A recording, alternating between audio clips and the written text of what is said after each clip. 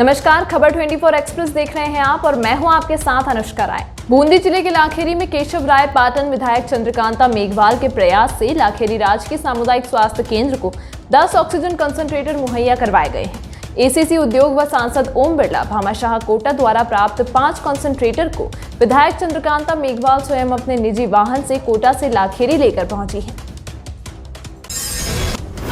बता दें कि एसीसी उद्योग लाखेरी द्वारा बूंदी जिले को 10 कंसंट्रेटर का अनुदान प्राप्त हुआ था, जिसमें से विधायक चंद्रकांता मेघवाल ने प्रयास कर 5 कंसंट्रेटर कल लाखेरी पहुंचा दिए गए थे।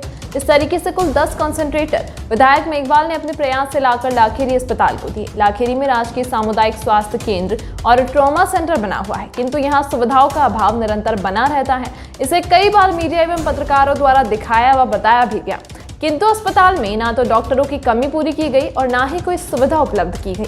लाखेरी में कोरोना संक्रमण को देखते हुए निश्चित तौर पर विधायक चंद्रकांता मेघवाल के इस प्रयास से कुछ हद तक लाखेरी के कोरोना मरीजों को एक सुविधा उपलब्ध होगी। विधायक ने टीकाकरण के बारे में कहा कि जो वैक्सीन की कमी लाखेरी अस्पताल में चल रही है, इसके लिए मेरी सरकार से बातचीत जारी है।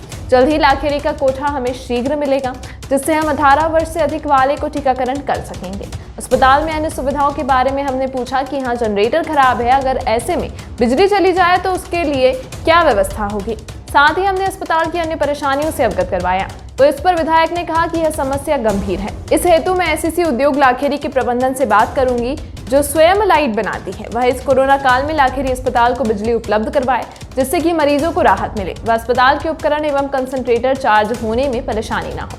बाकी चीजों के लिए उन्होंने कहा कि इस बाबत वे जल्द ही संबंधित विभागों से बात करके अस्पताल की समस्याओं का निराकरण करवाएंगी। खुशी की बात है कि आज लाखेरी की जनता को पूरे केशव राय पाटन विधानसभा क्षेत्र की जो हमारी कुछ सीएचसियाँ हैं, उनको इस महामारी की जिस पीड़ा को जो हमारे पेशेंट झेल रहे थे, मुक्ति दिलाने के लिए 5 ऑक्सीजन कंसंट्रेटर एसीसी द्वारा दिए गए हैं, वो आज यहाँ उपलब्ध हुए हैं। और इसी के साथ ही सांसद महोदय जी ने भी कोई सामाजिक संस्था थी, इससे बातचीत की और उन लोगों ने भी 5 और अपन को ऑक्सीजन कंसंट्रेटर दिए हैं यहाँ पर। मुझे लगता है 10 मिलना एक सीएचसी पे ये एक बहुत बड़ी उपलब्धि है।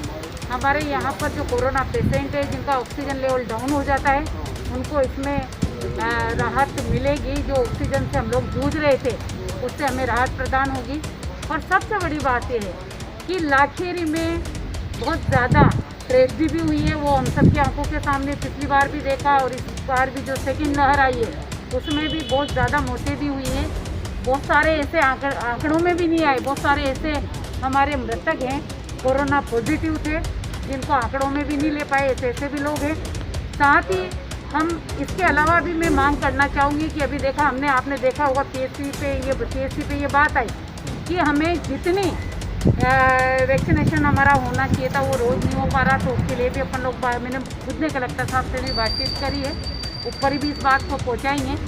साथ ही जो हमारे 18 साल से ज़्यादा वाले हमारे युवा हैं, उनको वैक्सीनेशन का उनका काम होना था, उनको वैक्सीन लगनी थी, उसके लिए भी राज्य सरकार ने ये तय किया है कि विधायक कोष का जो 3 करोड़ रुपए की राशि है, वो उसमें यूज में ली जाएगी।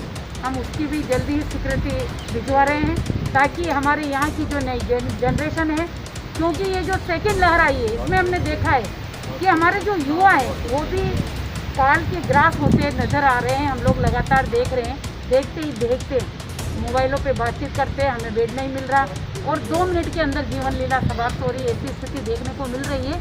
तो इन सारी बातों को लेकर ये जो डिसीजन लिया गया है, कम से कम इससे राहत प्रदान होगी।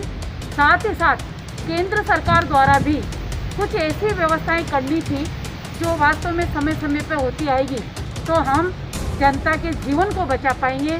जो कोरोना पेशेंट है, उनके जीवन को बचाकर उनको जीवन दान दे पाएंगे। इसके लिए आपने देखा होगा पिछली बार भी हम लोगों ने ऑक्सीजन के समय समय पर कोटा मेडिकल कॉलेज में आए, बूंदी अस्पताल में, हमारे जिले अस्पताल में पहुँचे, जिसकी हम लोगों ने मांग करी थी। और चाहे ट्रेन के माध्यम से ऑक्सीजन आने की बात हो, चाहे हमारे वायुयान के माध्यम से हमारी ऑक्सीजन के संसाधन आने की बात हो, ये सब लगातार सेंटर गवर्नमेंट के स्तर पर ये हो रहा है। और इस बात के लिए मैं सम्मान्य मोदी जी को धन्यवाद दूंगी। साथ ही साथ हम देख रहे हैं कि इस समय में सबसे बड़ी प्रॉब्लम है कि बेड हमारे पास नहीं है। आज लाखेरी से पेशेंट जा रहे हैं मेडिकल कॉलेज में, वेंटिलेटर की व्यवस्था नहीं हो पाती। हमारे लाखेरी से, पाटन से, कापरेन से पेशेंट जा रहे हैं करवर से बूंदी में, वहाँ पर बेड की व्यवस्था नहीं हो पाती। जब बेड की, वेंटिलेटर की व्यवस्था नहीं हो पा रही तो लोग अपना प्राण त्याग देते। जबकि हमने देखा है कि साल भर पहले सेंट्रल गवर्नमेंट से हमारे 12 वेंटिलेटर तो बूंदी जिले में, जिला हेडक्वार्टर में पड़े हैं, और साथ ही साथ मेडिकल कॉलेज में भी हमारे वेंटिलेटर आए। आज तक वो वेंटिलेटर खुल नहीं पाए।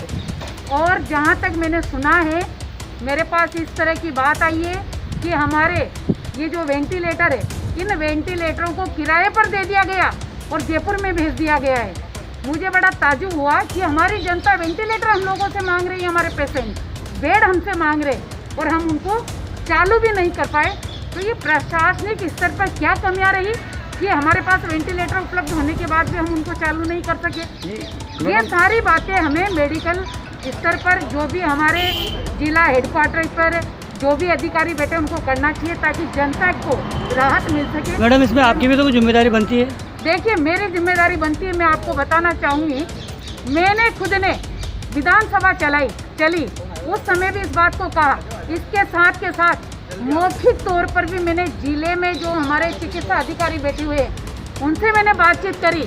इवन वर्चुअल मीटिंग हुई, उसमें भी मैंने इस बात को रखा कि हमारे मेडिकल कॉलेज के जो वेंटिलेटर है वो किस तरह से धूल खा रहे हैं, किस तरह से कबाड़ खाने में पड़े। मैंने खुद राजस्थान की विधानसभा में उठाया कि हमारे बूंदी के 12 वेंटिलेटर बिल्कुल, वो बोलते ना कि रद्दी के टोकरे में पड़े, इस तरह से पड़े थे। उसके बावजूद भी साल भर में हम लोगों ने कुछ नहीं किया, और आज उसी का नतीजा है कि हम देख रहे हैं मौतों का आंकड़ा किस तरह से आज हम देख रहे हैं। उस गरीब से जाकर पूछे किसका क्या हाल हो रहा होगा, जहाँ कहीं कोई मजदूरी पे नहीं जा पा रहा। नरेगा का भी अभी बंद कर दिया गया है। अब आप देख लो गाँव में जिस तरह से पाँव पसारता जा रहा है ये कोरोना, इसके लिए अब हम सबको मिलकर एकजुट होकर लड़ाई लड़ने की आवश्यकता है। जनता से भी मैं आपके माध्यम से अपील करना चाहूँगी, क्षेत्रीय विधायक होने के नाते, और हमारी जनता यहीं की नहीं बल्कि पूरे राजस्थान की जनता से मेरी अपील है कि देखिए, जीवन बचेगा तो हम कुछ कर पाएंगे, कुछ देख पाएंगे। बूंदी से खबर 24 एक्सप्रेस के लिए राजेश तंवर की रिपोर्ट।